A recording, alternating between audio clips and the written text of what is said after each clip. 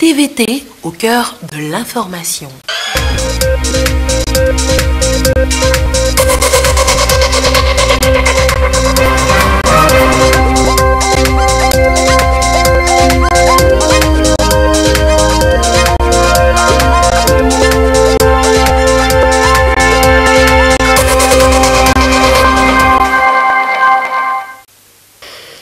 Merci de votre attention. Dans l'actualité ce soir, le rapport pays du Togo présenté à Abuja au Nigeria à la session du Parlement de la CEDEAO. Dans cette édition, les grandes lignes de ce rapport à suivre tout à l'heure. Tous unis contre le terrorisme, les chefs d'état-major des armées de l'Afrique de l'Ouest mutualisent leurs efforts. Un contingent togolais d'unités de police vient de quitter Lomé ce matin, direction le Mali, pour rejoindre la force des Nations Unies, départ, mais aussi arrivé le retour au Bercail cet après-midi d'un contingent de soldats togolais en provenance toujours du Mali. Et puis la deuxième conférence des hommes d'affaires du plein évangile depuis hier à Lomé, prière pour la paix dans tous les pays en première ligne, des hommes d'affaires en forte spiritualité. Et voilà, madame, monsieur le sommaire, bienvenue au 20h. Bonsoir à tous. Direction d'abord Abuja. Sur place, le Togo vient de présenter son rapport pays à la session parlementaire de la CEDEAO dans la capitale nigériane. Un rapport suivi avec beaucoup d'intérêt. Les grandes lignes avec Essora Théoutéou. Comme on pouvait s'y attendre, les rapports pays du Togo et de la Guinée-Bissau étaient très attendus des parlementaires de la CEDEAO, surtout sur les questions politiques. Au Togo, c'est d'abord la situation du dialogue politique. Les parlementaires ont voulu savoir où les Togolais en sont avec ce dialogue-là. Nous avons expliqué que le président ghanéen s'est investi. Et au dernier dialogue qui a eu lieu au 2 février, il a estimé que le fossé étant grand entre les deux positions, il a besoin du temps pour nous faire une proposition. Et récemment, la CEDEAO, le ministre de la CEDEAO a officiellement mandaté le président guinéen, le professeur Alpha Condé, et le président ghanéen Addo pour pouvoir continuer les réflexions et soumettre une proposition au prochain sommet des chefs d'État à Lomé. Donc nous avons présenté cette situation pour que les collègues comprennent exactement comment les choses se passent et ce que nous sommes en train de faire pour une sortie de crise. L'espoir d'une sortie de crise se profile aussi à l'horizon pour la Guinée-Bissau. Au niveau de la Guinée-Bissau, c'est aussi la même situation politique, mais les parlementaires ont voulu savoir est-ce que la situation s'est dénouée avec la crise. Et aux dernières nouvelles, c'est rassurant. En tout cas, les députés bissau-guinéens ont rassuré que les choses sont en train de reprendre et que bientôt tout va rentrer dans l'ordre.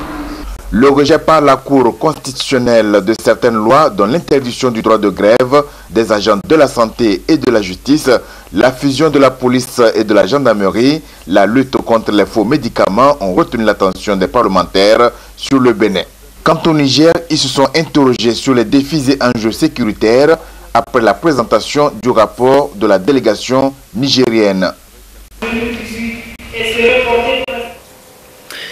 On en parlait hier à la faveur de la réunion à Lomé des chefs d'état-major de la CEDEAO, la montée du terrorisme, les mesures drastiques à prendre, la mutualisation des forces par exemple, traduction déjà sur le terrain, le départ des unités de police togolaises pour le Mali ce jeudi, première vague du deuxième contingent togolais. Salut à son départ, vous allez le voir, par les autorités compétentes. Félix Simdacha.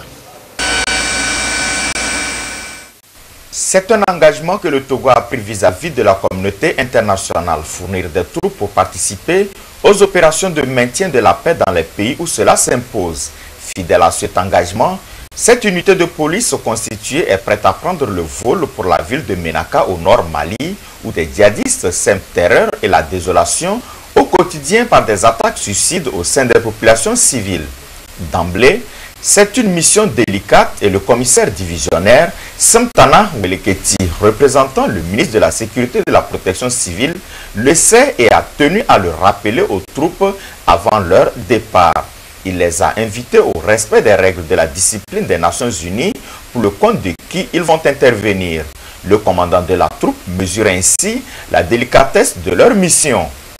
Faire appliquer la loi, protéger les personnes et les biens, c'est essentiellement notre mission une fois projetée sur le terrain. On fera les patrouilles, les escortes de convoi et les gardes des sites.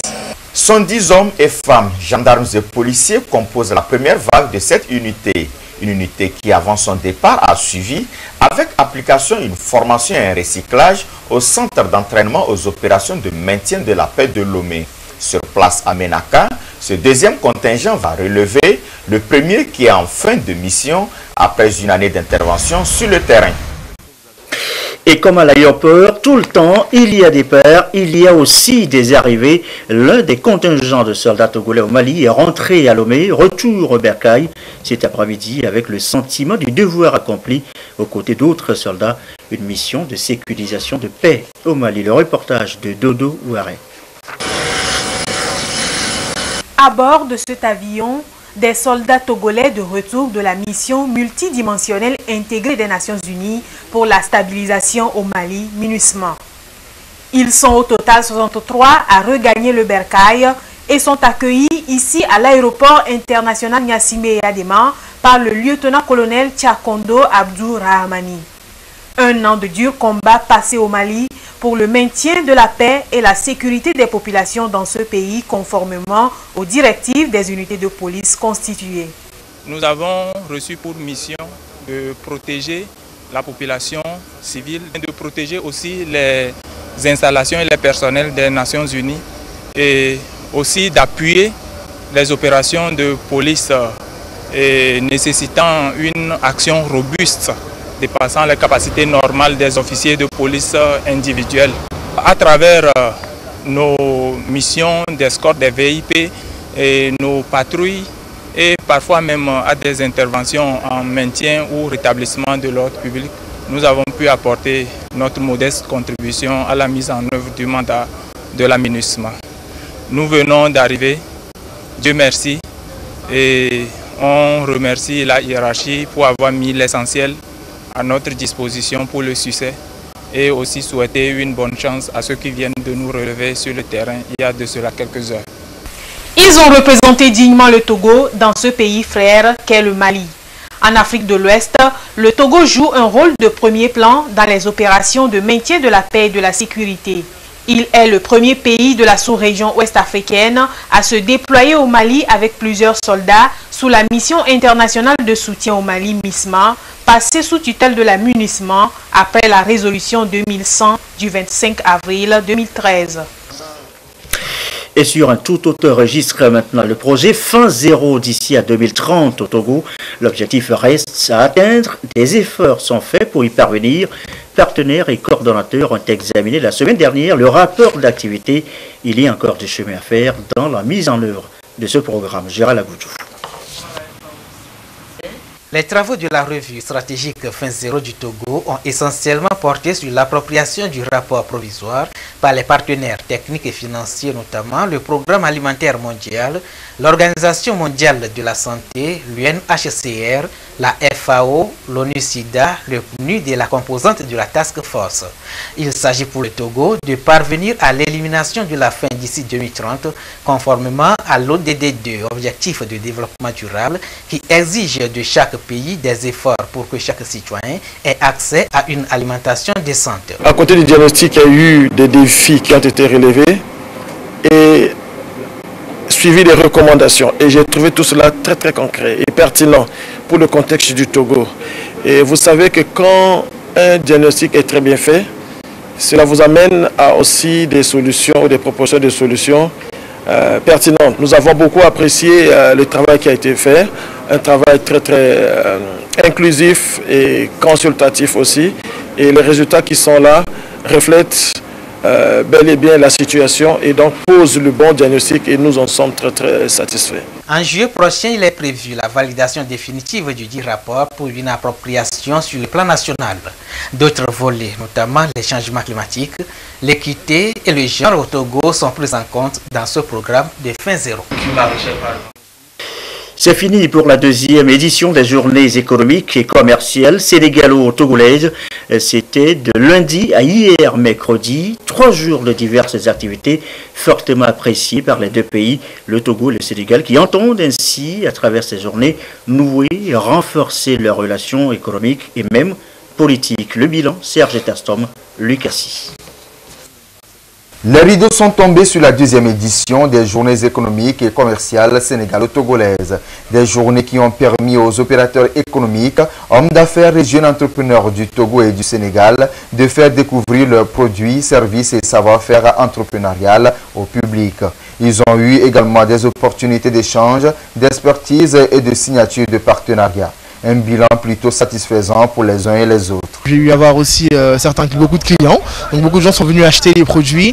J'ai aussi un représentant aujourd'hui officiel au niveau du Togo qui sera mon représentant officiel d'Africa Bio et tous les produits d'Africa Bio seront redistribués par lui à Lomé. C'est une bonne chose parce que j'ai appris beaucoup de choses, j'ai échangé avec d'autres partenaires. Ce sont des échanges vraiment qui sont venus à peine nommés.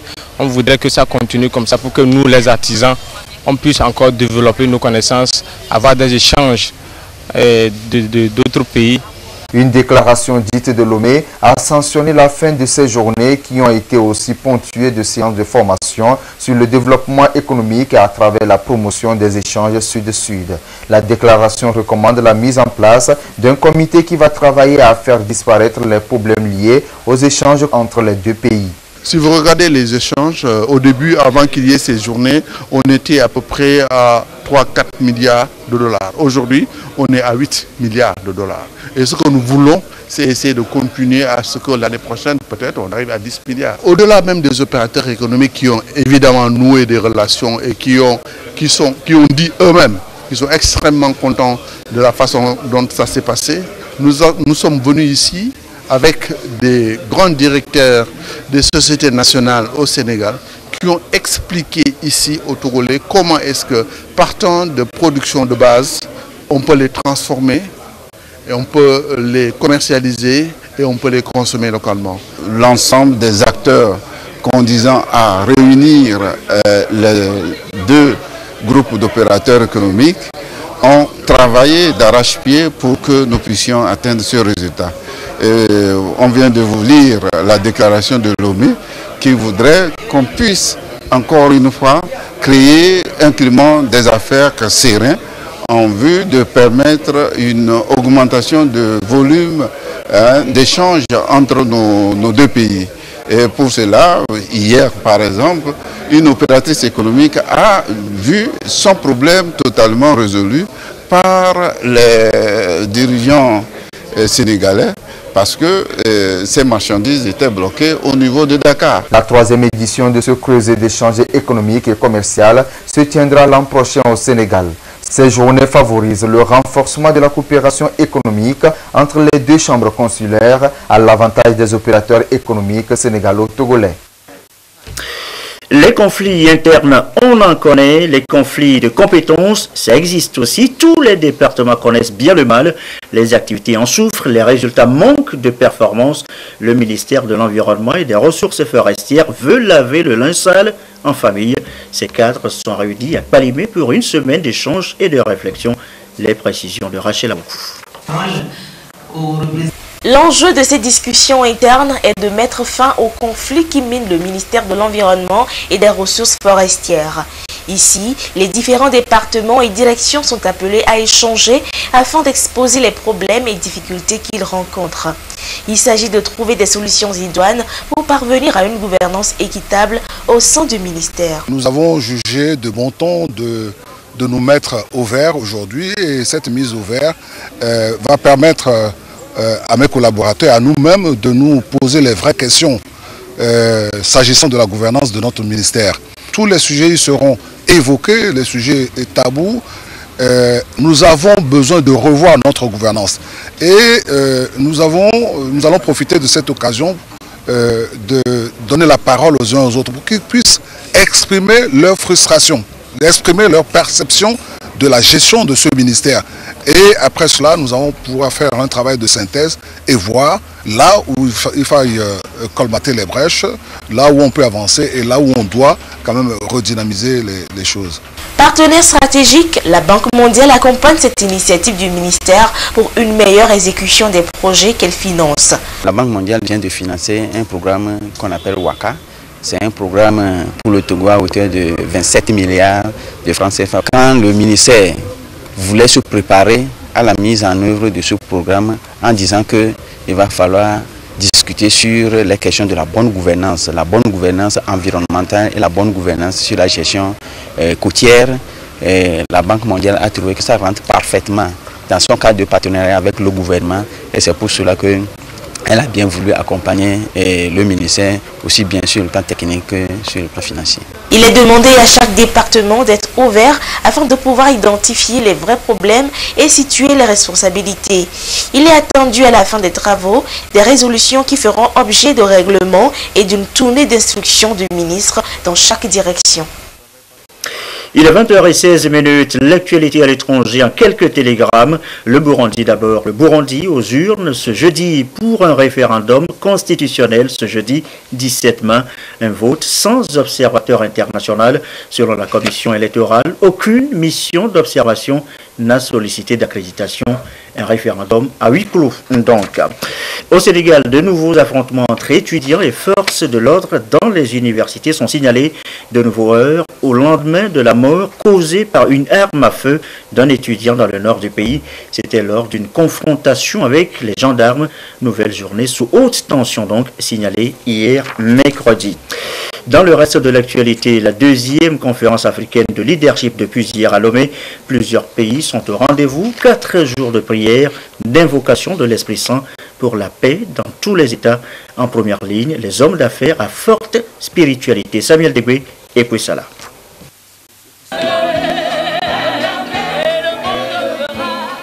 Le rendez-vous est respecté. Dans l'amour et la solidarité, 16 États, une vingtaine au total, identifiés à travers leur drapeau, se sont retrouvés ici à Lomé autour d'une même vision. Construire un monde de paix et sans violence. La question va les occuper durant 4 jours à cette deuxième conférence africaine de leadership placée sous le thème « Unité dans l'amour ».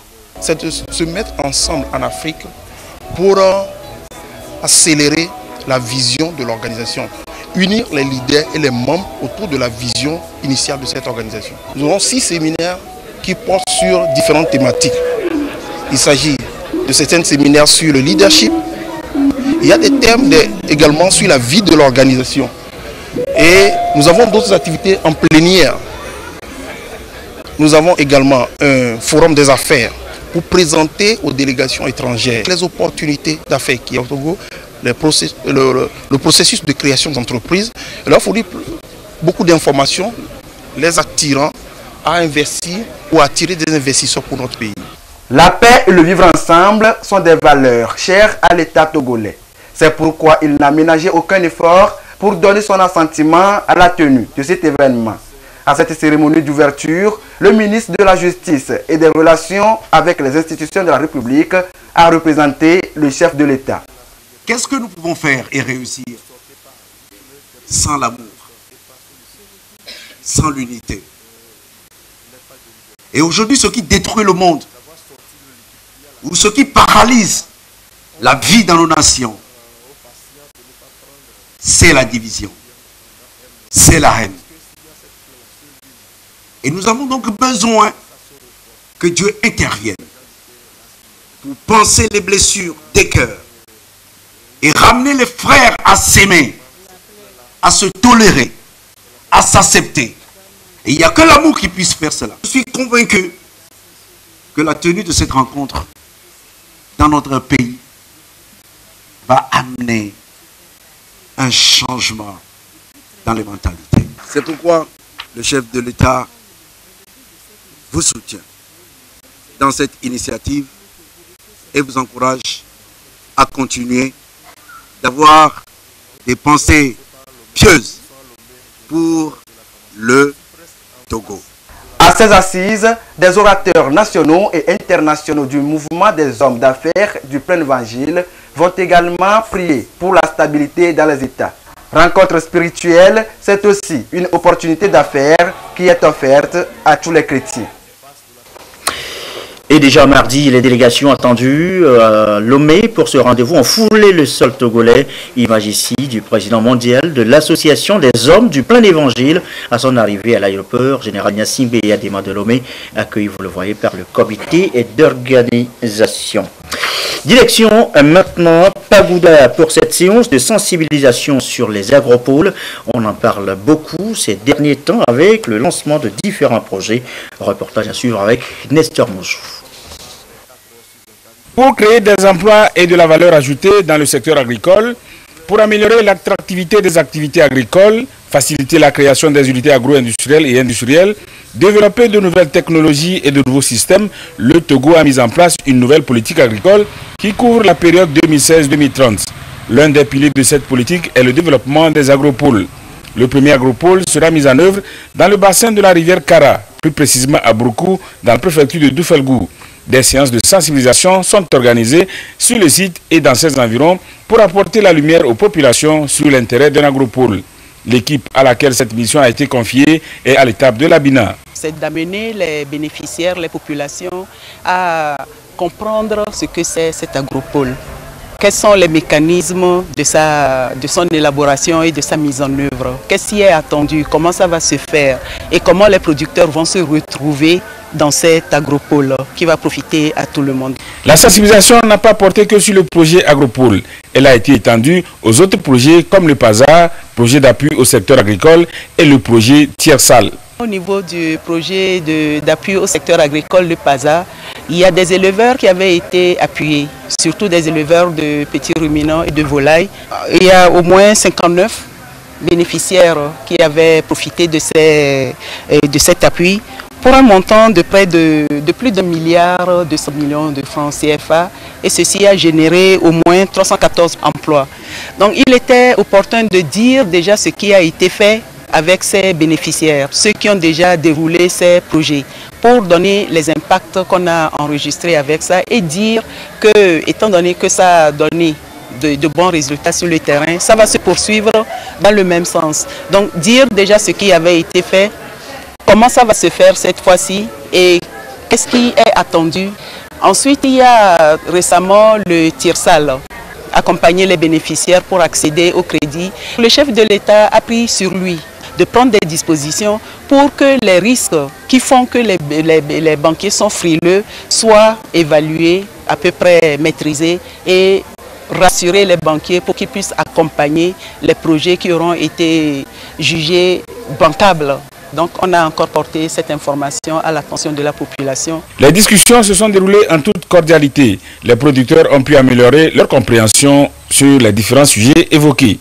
On nous a bien expliqué quel sera l'impact que ce projet agropole aura sur les populations de la région de la Kara, en particulier et sur le plan national. L'agropole dans la région de la Kara nous ravit et nous acceptons ce projet. Les banques sont commerciales pour la plupart et c'est difficile qu'elles acceptent donner un fonds d'investissement.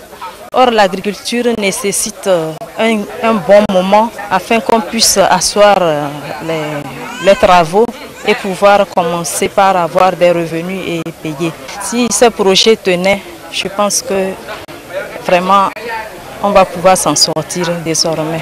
La délégation chargée d'animer cette séance de sensibilisation a rappelé aux producteurs de l'Abina les modalités d'achat des engrais à un prix subventionné par téléphonie mobile appelé AgriPME.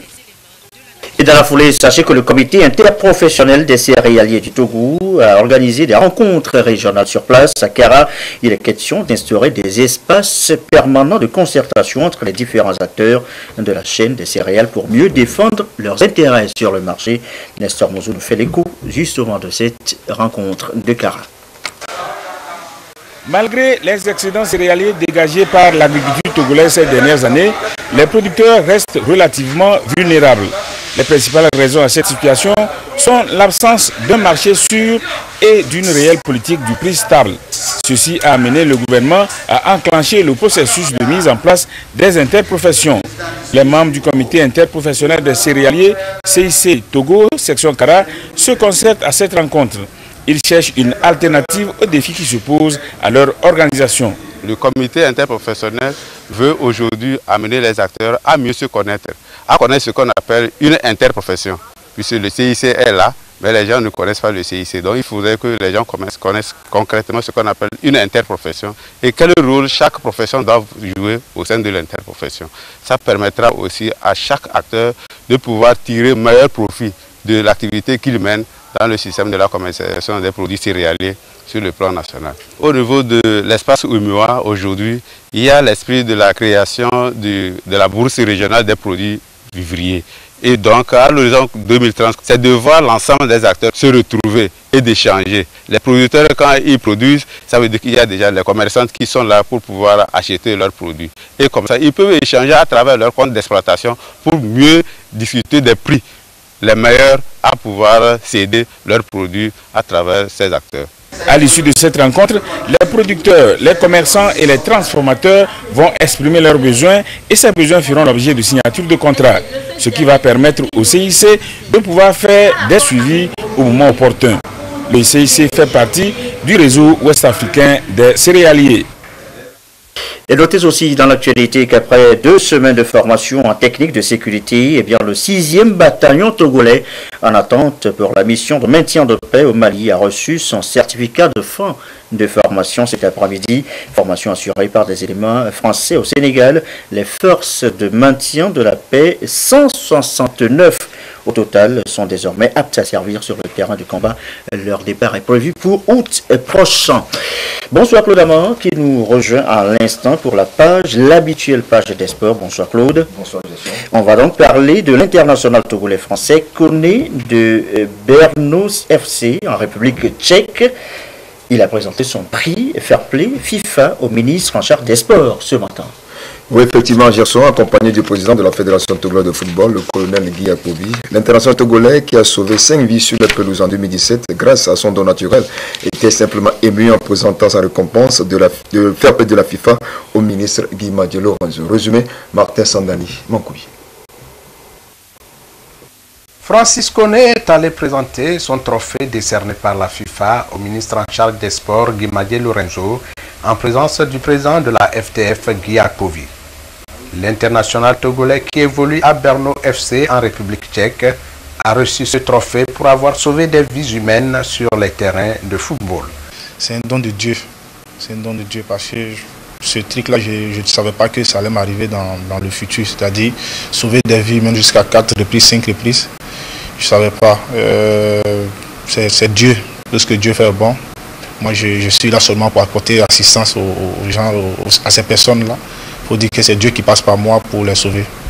Pour les premiers responsables du sport togolais, ce prix décerné par la FIFA à notre compatriote Francis Koné mérite d'être salué. C'est un sentiment de fierté que j'ai à côté d'abord d'un grand joueur professionnel, Francis Koné. Et l'autre chose, c'est que le trophée qu'il m'a montré, qu'il est venu me présenter, c'est un trophée d'humanisme, puisque c'est un trophée qui lui a été décerné directement par la FIFA, après qu'il ait porté des gestes de secours qui ont sauvé la vie d'autres joueurs. Je souhaiterais que Francis, qui évolue aujourd'hui en République tchèque, puisse venir jouer aussi dans notre sélection nationale. Donc c'est une adresse au président de la fédération ainsi qu'au sélectionneur national. Et nous, c'est une fierté pour nous parce que c'est le nom du Togo qui a été prononcé lors du trophée qu'on lui a remis. Et je crois que beaucoup d'autres trophées, ce genre ou d'autres trophées dans d'autres qualifications, sur d'autres qualifications, seront donc les bienvenus et seront acceptés par tous les peuples togolais. Âgé de 28 ans, Francis Koné a été sélectionné 2 fois au sein des éperviers en 2014 et a évolué à l'étranger dans les clubs tels que Al Moussada d'Oman, Olanense de Portugal, Budapest en Hongrie et Brno FC en République tchèque. Alors Claude, maintenant on va parler de l'AS Togoport qui était au Maroc contre le Wydad de Casablanca. L'AS Togoport qui s'est incliné encore, qui a été battu 3-0 pour la deuxième sortie. Hier soir à Casablanca, les porteurs ont carrément raté le coach. 3-0 comme tu l'as si bien dit, compromettant ainsi leur chance pour la suite de la compétition, comme le confirme Johnson Aflim. L'apprentissage est difficile pour l'Est Togoport en phase de groupe de la Ligue africaine des champions. Défait à Lomé 10 jours plus tôt par Royal de Guinée, les portuaires ont courbé les chines une seconde fois face aux champions d'Afrique, Wydad Athletic Club de Casablanca. Dans un match largement à l'avantage des Marocains, le calvaire des Togolais commence très vite. Seulement 1 minute de jeu, Mohamed Ounajem, profitant d'une balle en profondeur, se profile dans la défense togolaise et place la balle hors de portée de Jean-Robert Plomega. Signé Mohamed Ounajem, ça pouvait pas mieux partir pour le tenant du titre avec ce ballon parfaitement distillé dans la surface de réparation et l'efficacité de l'attaquant de 26 ans qui trompe Jean-Robert Ayao. Déjà 1-0 pour le club du Wydad Casablanca. Assommés, les Togolais n'ont pas le temps de respirer. À la 5e minute, le poteau sauve Togoport du naufrage avant que Hakim Ourosaman n'envoie le cuir en corner. La sentence n'est que retardée puisque suite au coup de pied de coin, Naïm Arabe, libre de tout marquage, place sa tête pour le second but de sa formation. Défenseur central qui est venu placer son coup de tête dans la surface de réparation. Il l'a bien vu, effectivement, ça a été remarquablement joué. À 2-0, le Wydad continue à pousser pour faire le break. Togoport souffre, mais parvient néanmoins à limiter les dégâts à la pause. Les Togolais croyaient trouver la bonne carburation en seconde période. Malheureusement, à la 56e minute, Mohamed Nairi oblige Jean-Robert Plomega à effectuer un autre voyage dans ses buts, son 3e de la soirée. Superbe ce 3e but dans sa construction avec ce tir à bout portant signé Mohamed Nairi et le Wydad Casablanca qui mène 3-0. Wydad Athletic Club 3, Est Togoport 0, le Maroc ne bouge plus jusqu'au coup de sifflet final. Sur l'ensemble de la partie, les portuaires n'ont pas été décevants. Cependant, il leur faut encore soigner leur début de match pour espérer faire de meilleurs résultats lors des prochaines sorties dans la compétition. Sur sa pelouse face à l'AS Togoport Lomé. Oui, Claude, défaite certes de l'Est Togoport, mais très beau commentaire de Aflim Johnson. Effectivement, on vient de le constater. Donc, c'est tout pour la fin des sports de ce soir. Samedi, nous serons au rendez-vous de sport et détente. Merci beaucoup Claude Ama, merci à vous qui nous suivez ce soir à Dakar au Sénégal et comme d'habitude et toujours fidèlement. Très belle soirée.